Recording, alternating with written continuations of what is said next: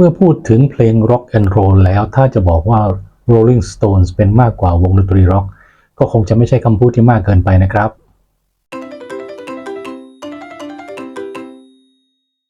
สวัสดีครับในคลิปนี้ผมจะพาทุกท่านย้อนอดีตไปรู้จักกับวงดนตรี Rock and Roll อีกวงหนึ่งที่อาจจะเรียกว่าเป็นวงที่มีการเดินทางเหนือการเวลานั่นก็คือ Rolling Stones ครับ Rolling Stones เป็นวงดนตรีร็อกในระดับตำนานอีกวงหนึ่งของประเทศอังกฤษที่มีเอกลักษณ์เฉพาะตัวก่อตั้งวงกันในปี 1962 ในกรุงลอนดอนประเทศอังกฤษโดยมีสมาชิกดั้งเดิมคือไบรอัน โจนส์หัวหน้าวงที่เล่นเครื่องดนตรีได้หลากหลายชนิดเอียน สจ๊วตเล่นเปียโนมิก แจ็คเกอร์นักร้องและคีธ ริชาร์ดเล่นกีตาร์ในช่วงแรกทั้งแจ็คเกอร์และริชาร์ดเข้ามาร่วมวงในฐานะผู้ร่วมเขียนเพลงแต่หลังจากที่ไบรอัน โจนส์ได้เกิดปัญหากับวงและมีความไม่แน่นอนทั้งแจ็คเกอร์และริชาร์ดจึงเข้ามาเป็นผู้นำวงอย่างจริงจังหลังจากนั้นก็มีมือเบสคือบิล ไวแมนและชาลี วัตส์มือกลองเข้ามาร่วมวงต่อมาเอียน สจ๊วตมือเปียโนก็ได้ลาออกจากวงในปี 1963 เพราะรู้สึกว่าตัวเองไม่เหมาะสมในการเป็นสมาชิกวงแต่ก็ยังคงทำหน้าที่เป็นผู้จัดการวงในช่วงออกทัวร์และก็เล่นคีย์บอร์ดไปด้วยจนกระทั่งเขาเสียชีวิตในปี 1985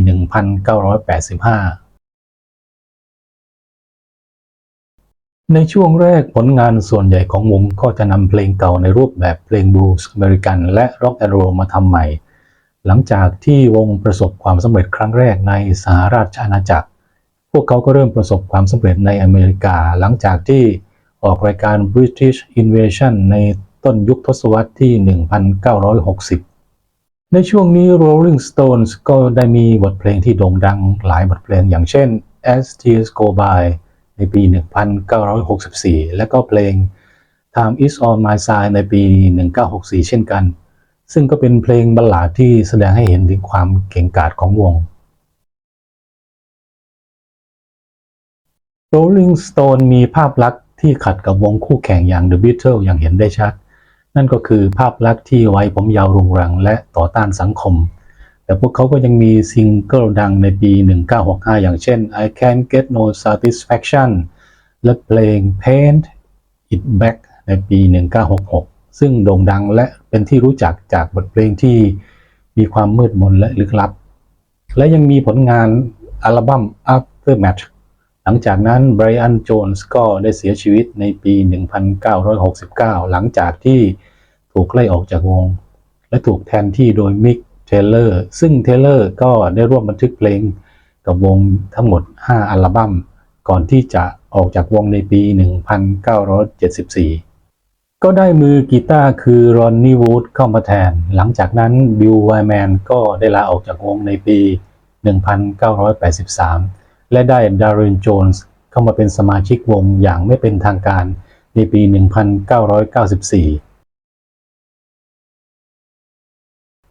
Rolling Stone ได้ออกสตูดิโออัลบั้มมาทั้งสิ้น 30 อัลบั้ม อัลบั้มแสดงสด 23 อัลบั้ม และมีอัลบั้มรวมเพลงฮิตอีกหลายชุด มียอดขายรวมทั้งสิ้นประมาณ 200 ล้านชุดทั่วโลก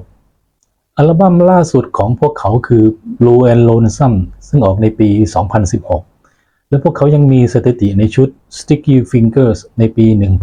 1971 ที่ถือเป็นอัลบั้มอันดับหนึ่งในสหรัฐอเมริกาอย่างต่อเนื่องถึง 8 ชุด นอกจากนี้พวกเขายังมีชื่ออยู่ใน Rock and Roll Hall of Fame ในปี 2004 และติดอันดับ 4 ของการจัดอันดับจากนิตยสาร Rolling Stone ในหัวข้อ 100 ศิลปินที่เยี่ยมที่สุดตลอดกาล Rolling Stones ได้พัฒนาสไตล์ดนตรีของวงตั้งแต่บลูส์ร็อกไปจนถึงซาวด์แนวทดลองซึ่งมีอิทธิพลต่อนักดนตรีรุ่นต่อๆมาอัลบั้มยอดฮิตของพวกเขาเช่น Exile on the Main Street และ Some Girls ก็มีเพลงฮิตอย่างเช่นเพลง Sympathy for the Devil ในปี 1968 และเพลง Brown Sugar ในปี 1971 ซึ่งเป็นการเปลี่ยนแปลงไปสู่ระบบเสียงที่ซับซ้อนมากขึ้นซึ่งเป็นส่วนหนึ่งของอัลบั้ม Sticky Fingers ที่ประสบความสำเร็จอย่างสูง ปัจจุบัน Rolling Stones ก็ยังมีการออกทัวร์อย่างต่อเนื่องแม้ว่าจะมีการเปลี่ยนแปลงสมาชิกวงไปบ้างเช่นมือกลองชาลีวัตส์ซึ่งได้เสียชีวิตเมื่อปี 2021 Rolling Stone ได้มีคอนเสิร์ตทัวร์ครบรอบ 50 ปีในปี 2012 และในปี 2023 พวกเขาก็มีการร่วมงานกับศิลปินร่วมสมัยหลายคนอย่างเช่น Elbow Liam Gallagher และ The Vaccine เป็นต้นและแน่นอนเมื่อมีชื่อเสียงมีรายได้ก็ต้องนำมาซึ่งผลประโยชน์ซึ่งผลประโยชน์นี้เองที่ทำให้ทั้งมิก แจ็คเกอร์และคีธ ริชาร์ดส์ต้องมีเรื่องบาดหมางกันตั้งแต่ยุค 1980 ทั้งที่เขาทั้งสองเป็นเพื่อนกันมาตั้งแต่สมัยเรียนประถมแต่ปัจจุบันนี้ทั้งสองก็ได้กลับมาคืนดีกันแล้วครับ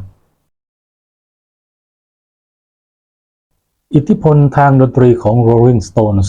ได้ส่งผลกระทบต่อวัฒนธรรมและสังคมที่สืบทอดกันมายาวนานโดยเฉพาะในช่วงสงครามเวียดนามซึ่งภาพลักษณ์ของพวกเขาได้มีท่าทีในการต่อต้านสงครามจนเมื่อการเวลาผ่านไปอิทธิพลของพวกเขาก็ยังคงอยู่คู่กับประวัติศาสตร์ในวงการเพลงร็อกแอนด์โรล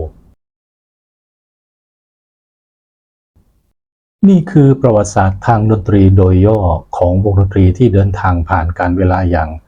Rolling Stones ก็หวังว่าสาระดีๆนี้จะมีประโยชน์และสร้างความสุขให้กับทุกท่านได้บ้างไม่มากก็น้อยครับหากท่านใดมีเรื่องราวที่จะเพิ่มเติมหรือแบ่งปันเกี่ยวกับ Rolling Stones ก็สามารถพูดคุยแบ่งปันกันได้นะครับหรือถ้าท่านอยากจะให้ผมนำเสนอประวัติศาสตร์จากวงดนตรีที่ท่านชื่นชอบวงไหนหรือนักร้องคนใดก็สามารถแนะนำที่ใต้คอมเมนต์ได้นะครับถ้าท่านชอบสาระดีๆแบบนี้ก็อย่าลืมกด Subscribe เพื่อเป็นกำลังใจและกดกระดิ่งแจ้งเตือนไว้นะครับเพื่อที่ท่านจะได้ไม่พลาดในคลิปต่อไปแล้วพบกันใหม่ในคลิปหน้าครับสวัสดีครับ